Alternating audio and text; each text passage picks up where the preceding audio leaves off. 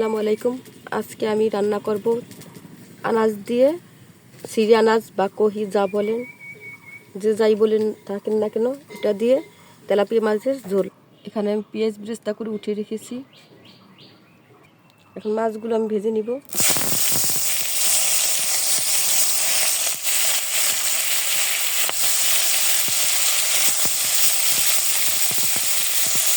মাছ ভাজাটা আমার হয়ে গেছে। এখানে আমি মশলাগুলো সব মিক্সড করে রেখেছি।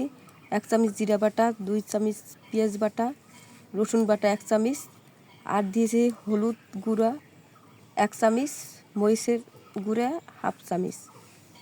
আমি সবগুলো মিক্সড করে নিয়েছি। এখন ওই তেলের ভিতরে আমি 2 টেবিল চামচের মতো তেল দিয়ে দিলাম।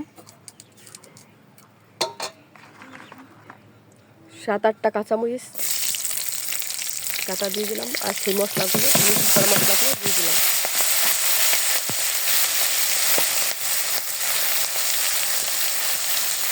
একটু হালকা পানি দিব মশলাটা কষানোর জন্য।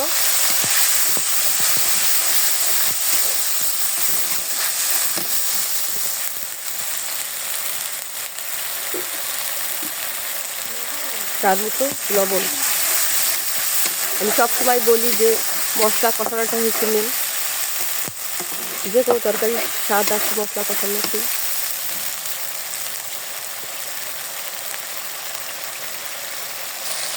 মশলা আমার কষানো হয়ে গেছে। এখন সবজিগুলো দিয়ে দেবো।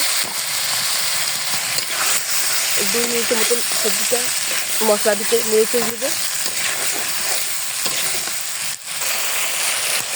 এখন সামান্য একটু পানি দিয়ে ঢাকনা দিয়ে ঢেকে দেবো। সবজিটা কষা যাতে সেদ্ধ হয়ে যায়।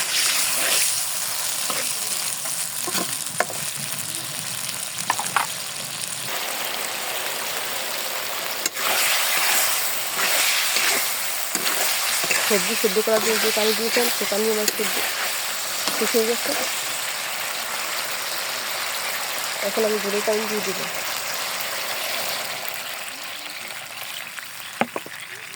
আমার তরকারিতে বড় উঠে গেছে। আমি এখন মাছগুলো ধীরে দিব।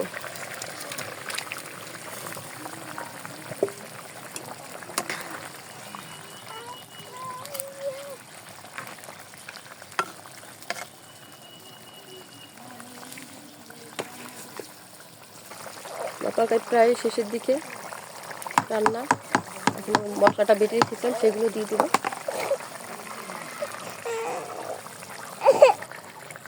আমার রান্না হয়ে গেছে। এখন আমি নামিয়ে নেব। মশলা দিয়ে নেড়ে 2 মিনিট মতো জাল দিয়েছি। এখন নামিয়ে নেব। রান্না আমার হয়ে গেছে দেখেন। আজকে পর্যন্ত আবার নতুন কোনো ভিডিও নিয়ে আপনাদের সামনে উপস্থিত হবো। আসসালামু আলাইকুম রহমতুল্লাহি ওয়া বারাকাতুহু।